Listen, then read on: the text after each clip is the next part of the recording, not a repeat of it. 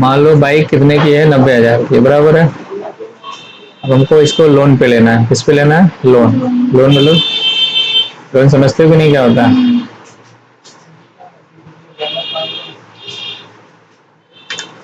अगर आप कोई चीज लोन पे लेते हो तो जो पैसा हम लोग महीने महीने भरते हैं, सो क्या बोलते हैं? हाँ, ईएमआई बोलते हैं। ठीक है, ईएमआई का मतलब क्या होता है? Equated monthly instalment. ठीक है, इंस्टॉलमेंट मीन्स किस्त। समझ में आया? तो हमको जैसे मान लो 90,000 का हमने बाइक ले लिया, ठीक है, वो बोलेगा भाई कुछ डाउन पेमेंट करो। तो मान लो डाउन पेमेंट हमने किया 10,000 रुपया, ठीक है। अब हमारा लोन कितने का हो गया? लोन अमाउंट कितना हुआ? लोन अमाउंट हमारा हो गया 90,000 माइनस 10,000, या फिर आप डायरेक्ट C2, पता है ना, C2 माइनस C3, तो आ गया लोन 80,000 का हो गया। अब मान लो हम लोग इन कितने महीने के लिए ले रहे हैं, है ना, ड्यूरेशन कितने महीने या साल के लिए ले रहे हैं। चलो यहाँ मंथली देख लेते हैं। मान लो हम 36 महीने के लिए ले रहे हैं, 3 साल के लिए, है ना, 3 साल के लिए ले रहे हैं। अब हमको कितना, मान लो इंटरेस्ट रेट हो गया महीने का, मान लो महीने का हमको 3% पड़ रहा है। कितना पड़ता है? 3%। 3% ज़्यादा हो जाएगा, चलो 2% है, ठीक है। मान लो 2% पे हम लोग ले रहे हैं, ठीक है। अब हमको ईएमआई कितना भरना पड़ेगा? ईएमआई, ईएमआई के लिए क्या करोगे? इक्वल टू, इसके लिए हम क्या फार्मूला लगाएंगे? पीएमटी। पीएमटी ठीक है।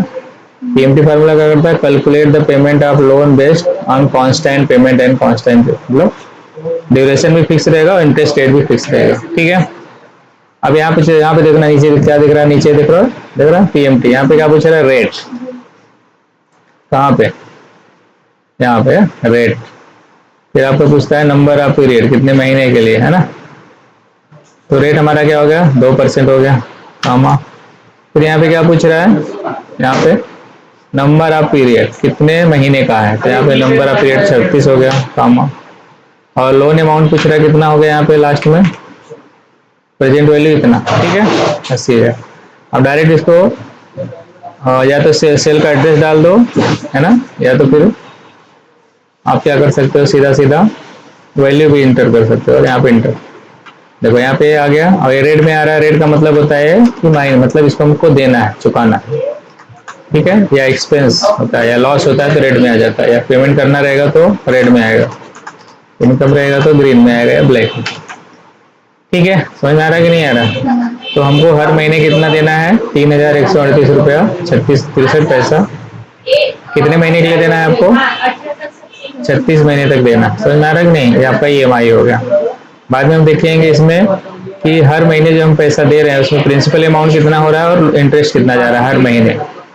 धीरे धीरे प्रिंसिपल अमाउंट शुरू में कम होता है, इंटरेस्ट ज़्यादा होता है, बाद में प्रिंसिपल अमाउंट बढ़ जाता है, इंटरेस्ट कम हो जाता है, ठीक है। वो हम बाद में देखेंगे उसके लिए कैसे करते हैं। समझ में आया इतना? एक बार करके देखो।